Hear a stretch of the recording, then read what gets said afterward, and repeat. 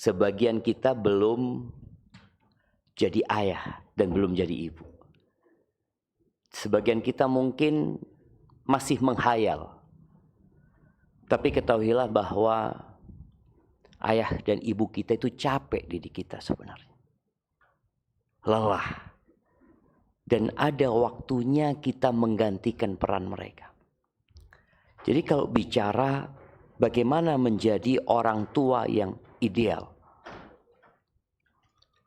Maka yang pertama, semoga kita bisa mencatat hal ini. Dan tatkala waktu itu tiba untuk menjadi seorang ayah, kita sudah jadi ideal. Orang tua yang ideal itu adalah orang tua yang tahu dengan tujuan hidup. Kenapa kok hidup? Sebagian kita itu hidup tapi seperti binatang. Kita lihat ya, binatang itu cari makan, bekerja, kawin, punya anak. Ya seperti itu perputaran hidup dia.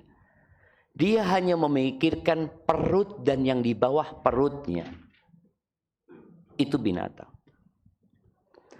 Ketika orang tua ini tahu kenapa dia hidup, ini modal utama untuk jadi orang tua yang ideal.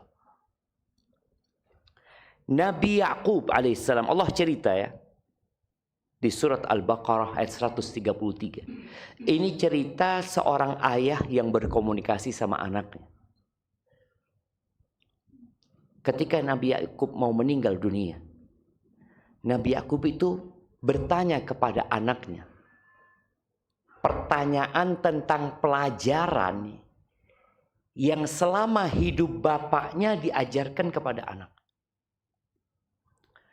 Nabi Ya'qub mengatakan, "Ma ta'buduna min ba'di?" Apa yang kalian bakal sembah setelah aku meninggal? Bapak tanya sama anaknya, "Nak, kalau aku meninggal, kamu akan nyembah siapa, nak? Kamu akan beribadah kepada siapa?" Sang ayah ingin memastikan jangan sampai mati anaknya menyimpang dari jalan yang sudah diajarkan. Dan kita semua tahu tujuan kita hidup adalah mengabdi kepada Allah Azza wa Jalla. Dan bapak-bapak, ibu-ibu adalah abdinya Tuhan sebelum jadi abdi negara. Abdi negara itu ada masanya kita pensiun. Sudah selesai. Tapi jadi hamba Allah sampai mati. Kalau orang tahu kenapa dia hidup, maka sebelum dia menjadi orang tua, dia tidak akan salah pilih pasangan. Jadi orang tua yang ideal itu tidak salah milih pasangan hidup. Bapak yang benar itu bapak yang tidak salah pilih istri. Abul Aswad Ad-Du'ali, seorang tabi'in, dia mengatakan kepada anak-anaknya, ini bapak ideal nih, ngomong sama anak-anaknya, "Nak, ahsantu ilaikum sigaran wa kibaran wa qabla an tuladu." Nah, bapak ini terus berusaha berbuat baik kepada kalian. Ketika kalian masih anak-anak. Pada saat kalian dewasa. Dan sebelum kalian lahir. Itu anak-anak heran. Loh Pak, gimana bapak bisa berbuat baik kepada kami sedangkan kami belum ada? Apa kata bapaknya? Ikhtartu lakum umman. Aku pilihkan buat kalian seorang ibu. La tu'ayyaruna biha. Yang kalian tidak akan dicela dengan ibu kalian. Ketika orang tahu tujuan hidup, dia tidak akan salah pilih pasangannya. Ada banyak wanita di muka bumi ini. Tapi karena tujuannya mengabdi kepada Allah, dia pilih istri yang soleha. Bukan yang cantik. Wanita itu dinikahin karena apa? Bapak-bapak. Bapak-bapak. Wanita itu dinikahin karena apa? karena cantik. Kedua, fulus. Makanya sebagian itu kan mengatakan, tidak apa-apa Ustaz, saya Ustaz, janda pun tidak apa-apa, yang penting fulus. Ada laki-laki itu yang mikir cuma fulus. Kenapa ya anak selama ini hidup susah Ustaz? Kalau dapat janda fulus kan paling enggak ya bisa bernafas sedikit lah. Yang ketiga karena bangsawan. Anaknya bupati, anaknya presiden. Dia berpikir kalau nikah dengan mereka akan semakin terhormat. Kemudian yang keempat karena agamanya. Dan ternyata agama ini ada di akhir. Kita itu benar-benar menjadikan agama itu sesuatu yang ya nantilah. Seakan-akan agama ini hanya waktu lahiran, waktu pernikahan, dan waktu kematian. Dalam perjalanan hidup agama kadang-kala diabaikan. Ternyata agama inilah yang jadi patokan orang kalau ingin bahagia dan kalau ingin jadi orang tua yang ideal. Jangan salah pilih istri. Fadfar bidzatid din taribat yadak. Nah, kau cari yang agamanya baik, selesai sudah. Makanya bapak yang sibuk tadi umpamanya.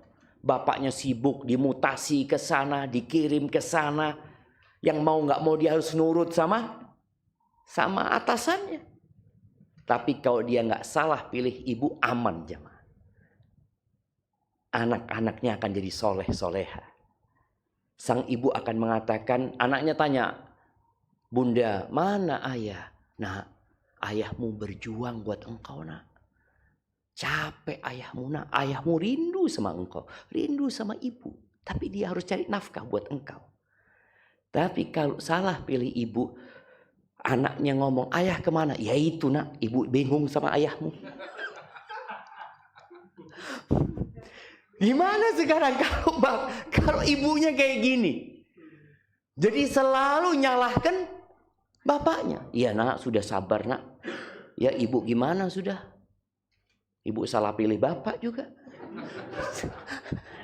Berantakan kalau salah pilih istri.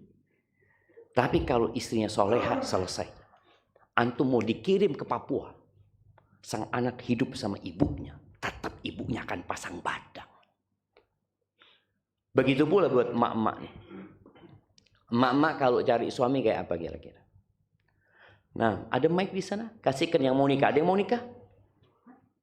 Yang mau nikah dalam waktu dekat. Yang mau menikah dalam waktu dekat. Nah, kasih mic-nya. Loh, kok bapak-bapak yang rame ini? Biarkan ibu-ibu. Ada dua yang mau nikah. Oke, silahkan. Nah, tafadhali. Udah dipegang mic-nya? Siap. Ana mau tanya, kriterianya kayak apa suaminya? Izin Pak Ustadz, yang pertama seagama Pak Ustadz. Ini syarat utama nih. Oke, yang kedua. Izin mungkin bertanggung jawab Pak Ustadz. Bertanggung jawab. Tahu dari mana dia tanggung jawab atau tidak? Karena kan kalau untuk suami itu sebagai kepala keluarga Pak Ustadz. Siap. Jadi suami yang bisa menafkahi keluarganya. Yang ketiga.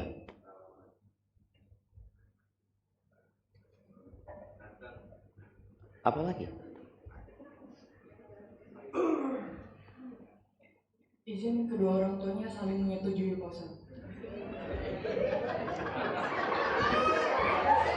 Iya, artinya orang tuanya utuh. Meridoi Pak Ustadz. Oh, diridhoin sama orang tuanya. Siap. Kalau nanti sama suaminya suruh resign. Karena kalau suami tanggung jawab ini nggak akan membiarkan istrinya capek. Nah, gimana? Siap, nanti bisa dibicarakan Pak Ustadz. Oh, bisa. Siap kalau gitu, barakallahu fiik. Jazakillah khairan ya. Nah, iya kita lihat seagama ini penting. Tapi agama itu ada minimalnya. Jadi kalau mau cari suami itu ada suami yang minimalis. Minimalis itu yang melaksanakan kewajiban, meninggalkan yang haram. Itu suami yang minimalis. Jangan sampai kurang dari ini. Jadi kalau sekedar seagama, karena ada muslim tapi nggak sholat. Sholat cuma 2 waktu. Sholat apa? Maghrib alhamdulillah, zuhur sama asar di kantor. Karena ada kepalanya terpaksa sholat. Ada yang kayak gitu, sholatnya gak 5 waktu. Zuhur asar selalu sholat. Nah, perlu dicek. Maka buat para wanita ya, ketika dia mau menikah, tolong dipastikan orang ini sholat 5 waktu. Itu minimal. Kemudian nanti puasa Ramadan, yang rukun Islam ini dijalankan sama dia. Yang lainnya boleh menyusul. Tapi kalau mengatakan yang penting seagama, cuma dia sholatnya bolong-bolong Ustaz, nanti insya Allah Ustaz bisa diperbaiki. Nggak bisa. Kecuali butuh perjuangan.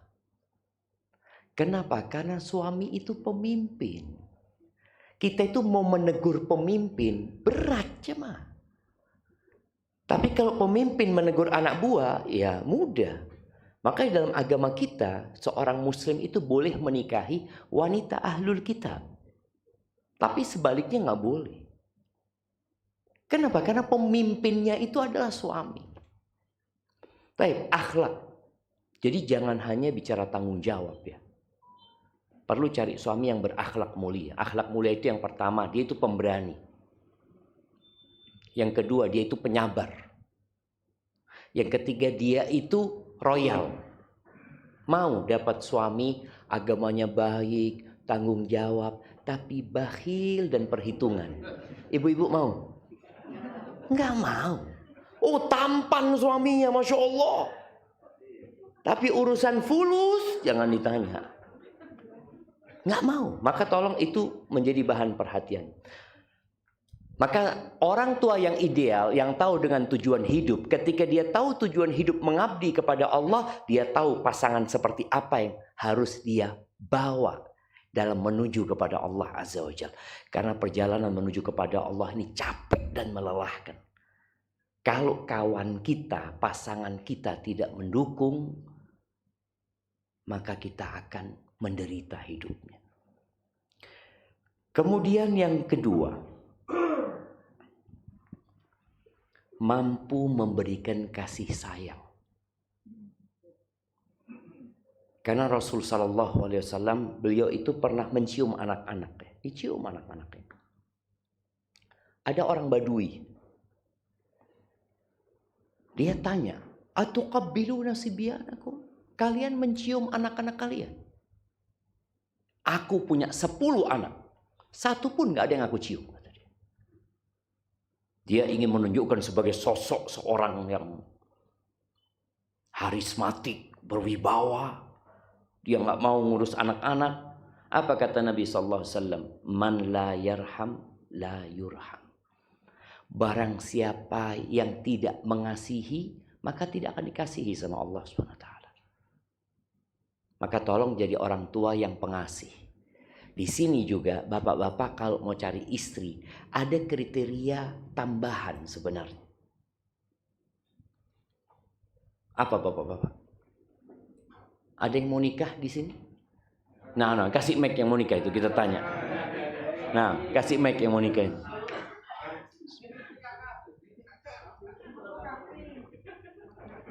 Iya, siapa namanya? Kafi. Siapa? Kafi.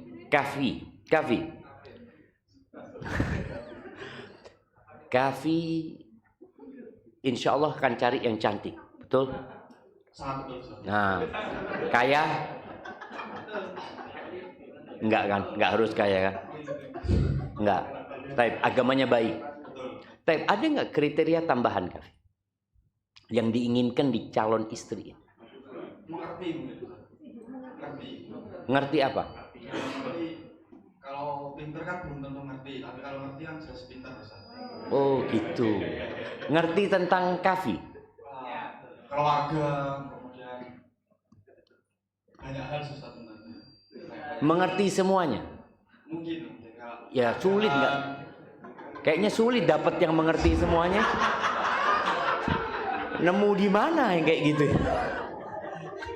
Tayyib, barakallahu fiik. Jadi kriteria tambahannya jemaah, Nabi alaihissalatu wasallam mengatakan tazawwajul waludal wadud. Nikahilah wanita yang subur, yang banyak anaknya dan penyayang, pengasih. Kenapa? Karena ada wanita-wanita yang dia itu ambisius.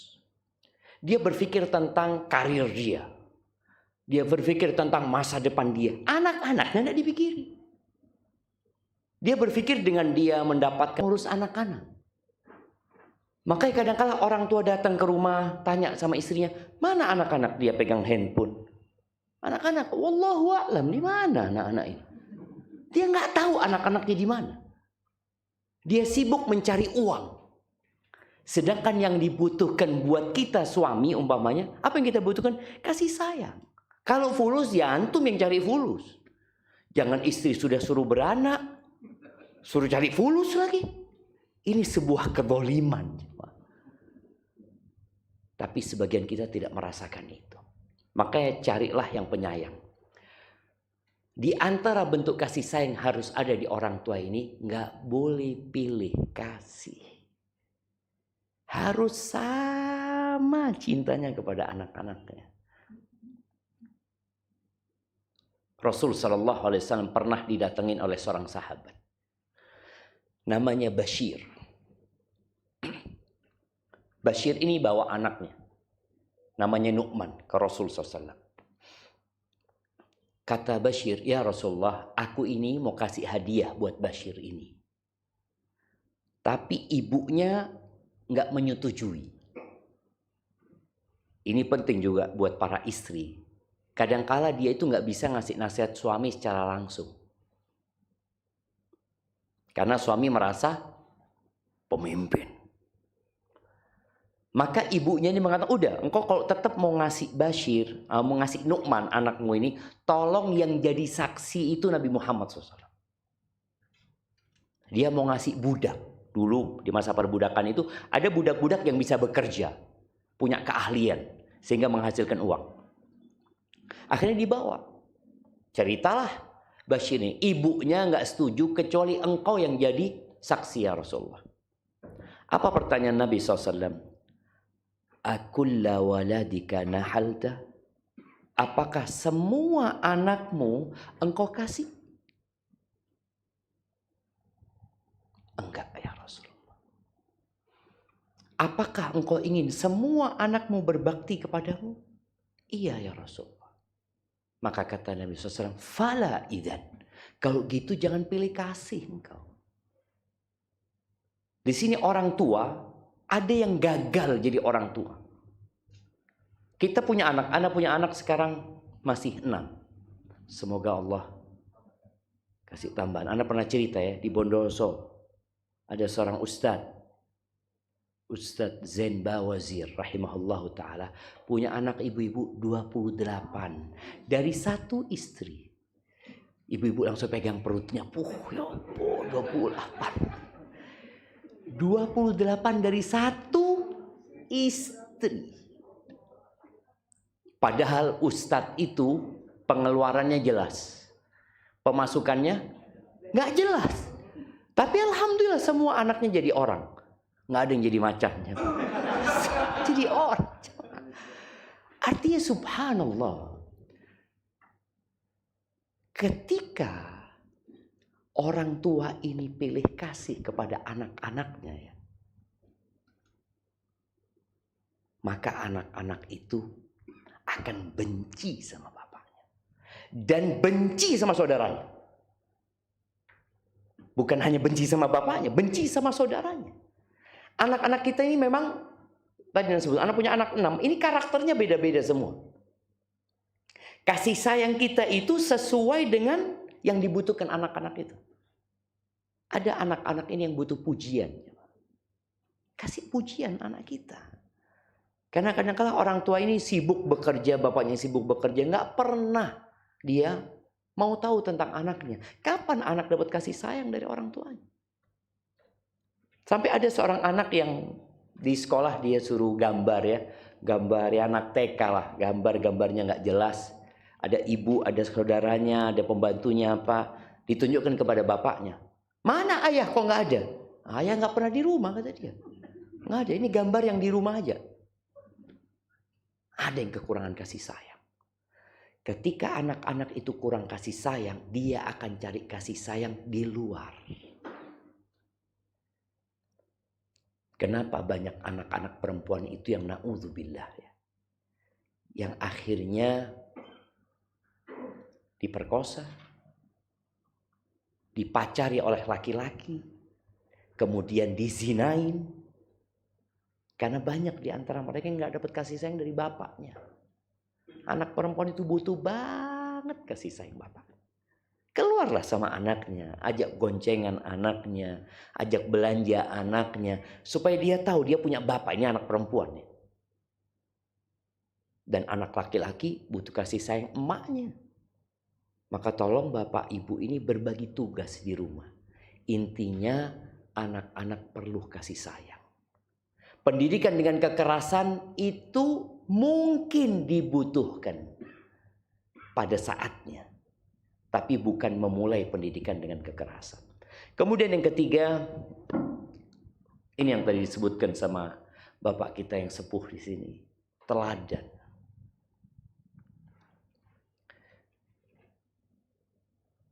Sebagian orang tua itu merasa sudah baik. Dan itu sangat berbahaya sekali. Kenapa? Karena dia tidak akan pernah memperbaiki dirinya. Teladan yang baik itu membuat anak-anak tumbuh besar ingin seperti bapaknya. Tapi sebagian enggak, dia enggak suka dengan karakter bapaknya. Dia enggak suka dengan yang dilakukan bapaknya. Kadang-kala bapaknya melakukan KDRT di rumah. Kadang-kala bapaknya kalau ngomong kasar. Ingat ya, anak-anak kita itu mungkin salah mendengar, tapi tidak pernah salah melihat.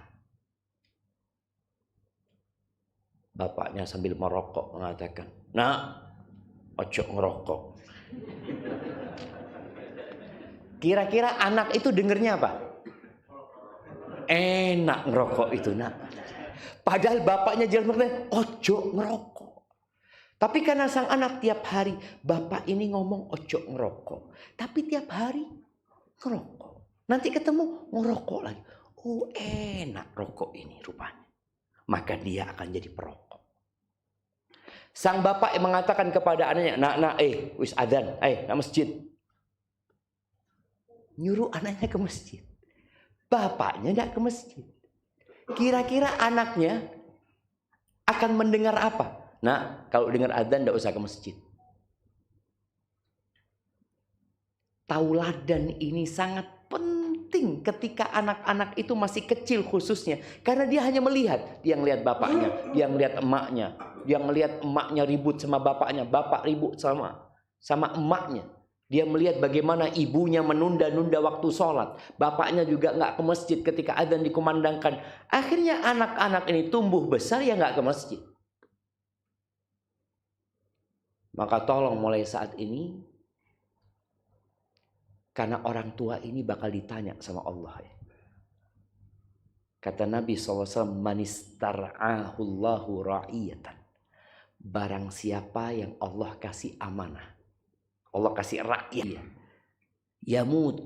yauma yamutu wa huwa ghashun li ra'iyati. Dia mati dan saat mati dia melakukan pengkhianatan terhadap anaknya, haram masuk surga. Itu anak-anak amanah loh. Kita kenalkan dia dengan masjid. Ketika anak-anak itu lahir, apa yang dilakukan bapaknya? Mengadani anaknya. Kita tahu memang ada khilaf di antara para ulama tentang hadis adzan kepada anak yang lahir. Tapi banyak ulama yang mengamalkan hadis ini. Diadani. Supaya awal yang dia dengar itu adalah adzan. Ketika anak itu tumbuh besar, adzan dikumandangkan, bapak lunggu. Seharusnya, ayo nak ini adzan. Contoh yang baik orang tua kalau di rumah itu nggak pegang handphone. Peganglah Al-Quran. Peganglah buku. Ajak ngaji anaknya. Yakin anak-anak itu nggak cari handphone. Karena nggak ada yang pegang handphone. Tapi dia lihat bapaknya sibuk dengan handphonenya, emaknya sibuk dengan handphonenya. Kata emaknya, ayo belajar. Ayo baca bukunya. Si emak pegang handphone, taruh handphonenya. Usahakan kalau mau pakai handphone di saat memang sudah waktu, bukan anak-anak belajar. Waktu santai, anak-anak juga santai, silahkan. Ini orang tua yang ideal menjadi teladan buat anaknya. Waktu anak sampai jam berapa? Jam 8. Oke, anak 5 menit lagi terus kita tanya jawab. Kemudian jamaah, orang tua itu perlu menjadi sahabat buat anaknya. Ada fase bapak dan ibu jadi teladan karena anaknya masih kecil. Tadi apa fase ketika anak-anak mulai dewasa, jadilah kawan buat anaknya. Jangan jadi bapak yang diktator. Anak-anak itu punya keinginan. Anak-anak itu punya hobi. Tolong orang tua mendengarkan dari anaknya. Nabi Yakub. Kita tahu ceritanya bagaimana anak-anaknya Nabi Yakub. Ketika mereka minta kepada bapaknya untuk bawa Nabi Yusuf. Sang bapak bisa saja ngomong tidak. Tapi Nabi Yakub tidak mengatakan tidak. Musyawarah sama anaknya. Nah, kayaknya jangan. Nah, aku takut. Nah, ini itu macam-macam. Terjadi dialog komunikasi yang panjang. Kemudian sang bapak harus mengalah. Nabi Yusuf dibawa. Kemudian Nabi Yusuf tidak pernah kembali ke rumahnya. Kecuali setelah berumur 40 tahun lebih nantinya jamaah. Bapaknya ketemu sama Nabi Yusuf. Artinya orang tua perlu dekat sama anaknya. Sehingga anak itu kalau punya masalah curhatnya sama siapa? Sama orang tuanya. Jangan sampai curhatnya di medsos. Jadi mampu menjadi sahabat yang baik. Kemudian jangan salah memilih sekolah. Sebagian orang tua nggak mau capek. Aduh, jangan jauh-jauh sekolahnya, yang dekat aja. Loh, pertanyaannya, apakah sekolah yang dekat ini ideal? Jauh, capek antar jemput.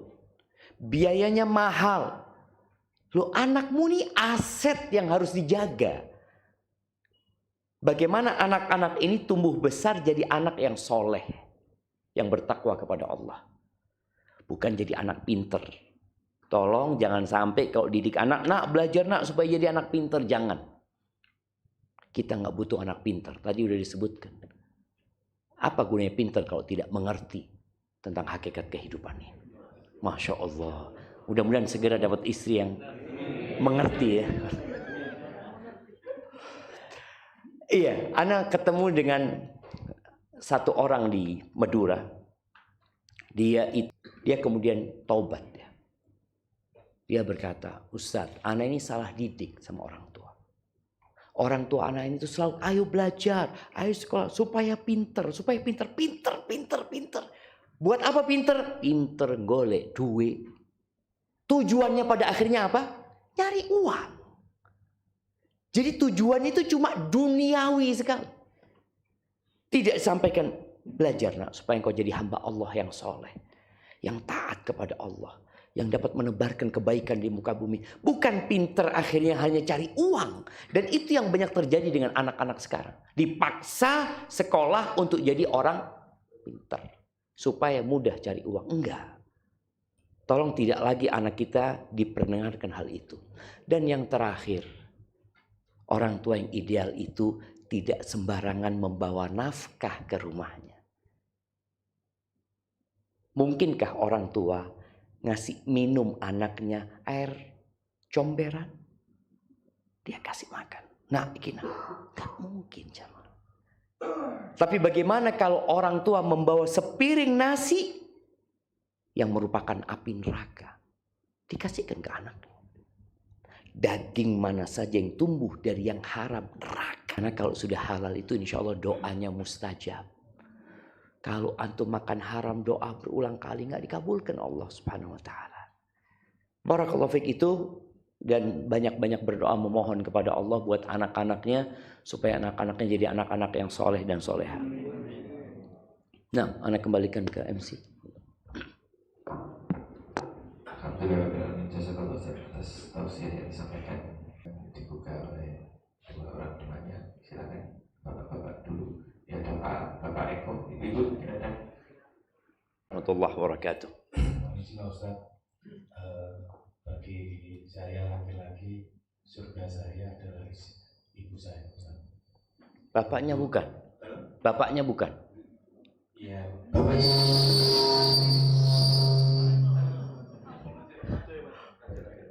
Nah, bapak dan ibu lah. Jangan cuma ibunya saja.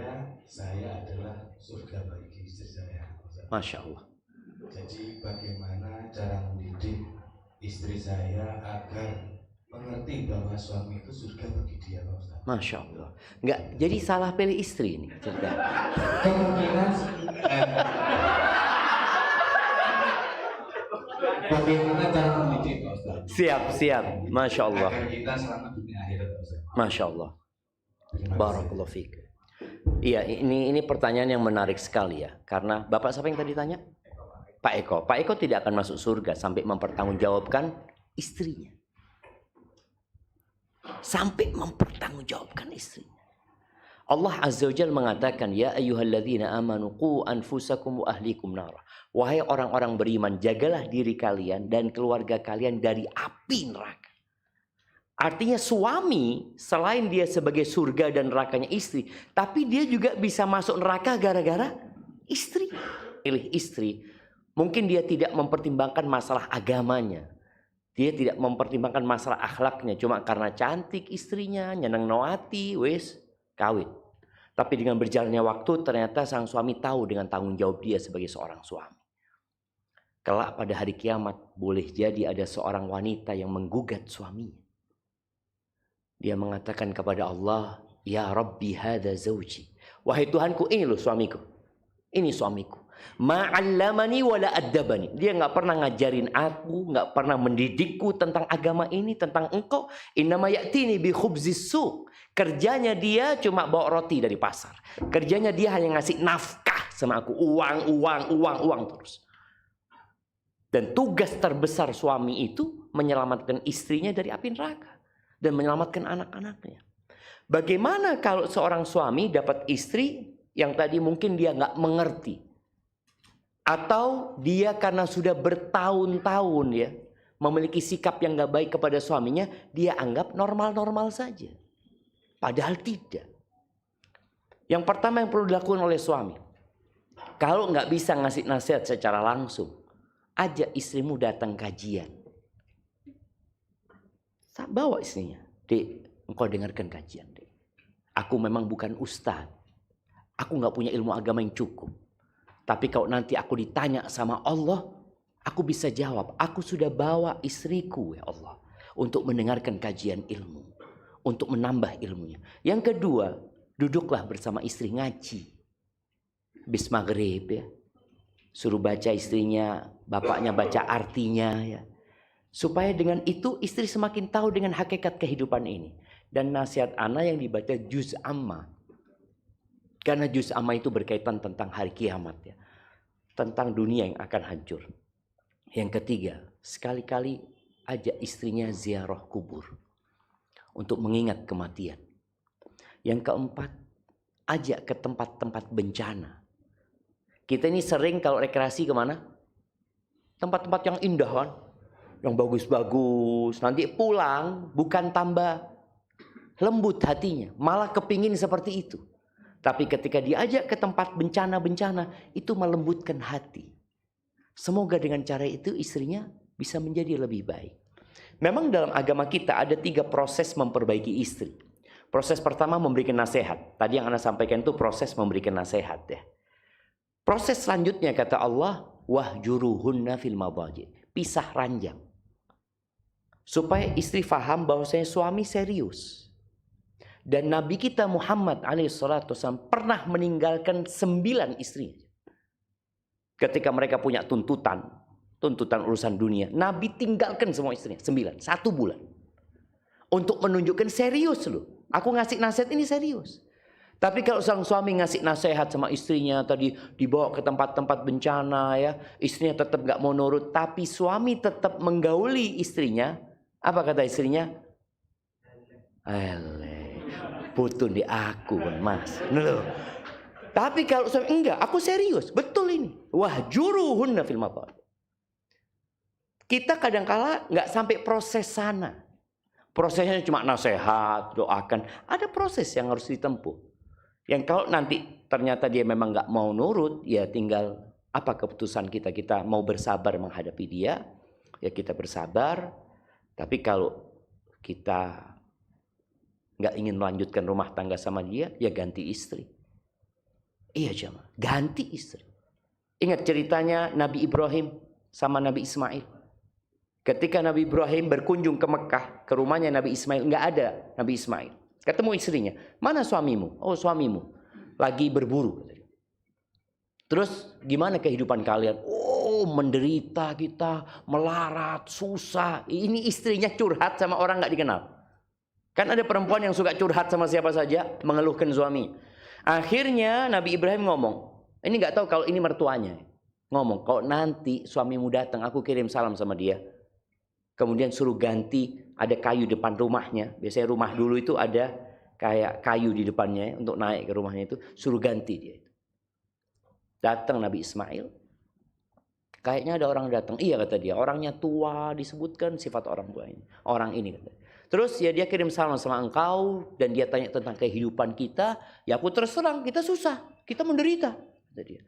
Oh gitu. Terus pesannya, ya engkau suruh ganti depan pintu rumah itu kan. Kata Nabi Ismail, yang datang tadi itu bapakku. Dan bapakku nyuruh aku menceraikan engkau. Sudah sana, kau pulang ke rumah orang tua. Iya. Jadi boleh ganti istri ketika memang istri tidak lagi bisa diajak bersama-sama menuju kepada Allah. Tapi insya Allah enggak baik. Enggak, insya Allah aman. Iya, artinya masih bisa. Jangan pernah putus asa. Jangan pernah putus asa. Nah, seperti itu. Gimana? Ada poliganti, ada poligami. Tapi intinya tadi, tujuan berumah tangga itu mendapatkan sakinah, mawaddah dan rahmah. Dan di situ ada tanggung jawab yang besar. Jangan sampai ada orang yang mempertahankan istrinya, ternyata istrinya nyeret suaminya ke neraka. Jangan sampai. Hidup di dunia cuma 70-80 tahun paling tua ya. Jangan sampai kita diseret sama keluarga kita ke dalam api neraka. Dan sekali lagi jemaah, tidak ada alasan seorang laki-laki berzina.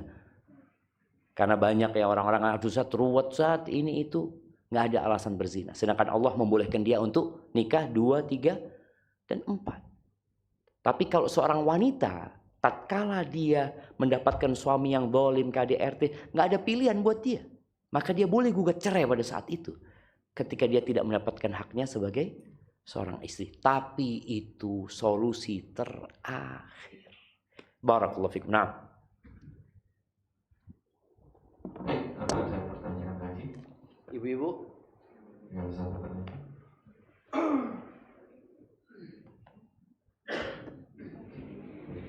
Gimana Ustaz? Sabar. Ustaz ini kalau di Al-Quran itu kenapa percakapan ayah dengan anak itu lebih banyak dibanding percakapan ibu dengan anak?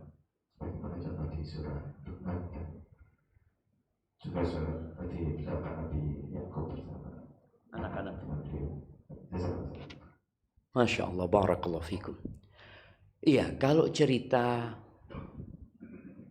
di dalam Al-Quranul Azim, Allah menceritakan Nabi Yakub yang bercakap sama anaknya.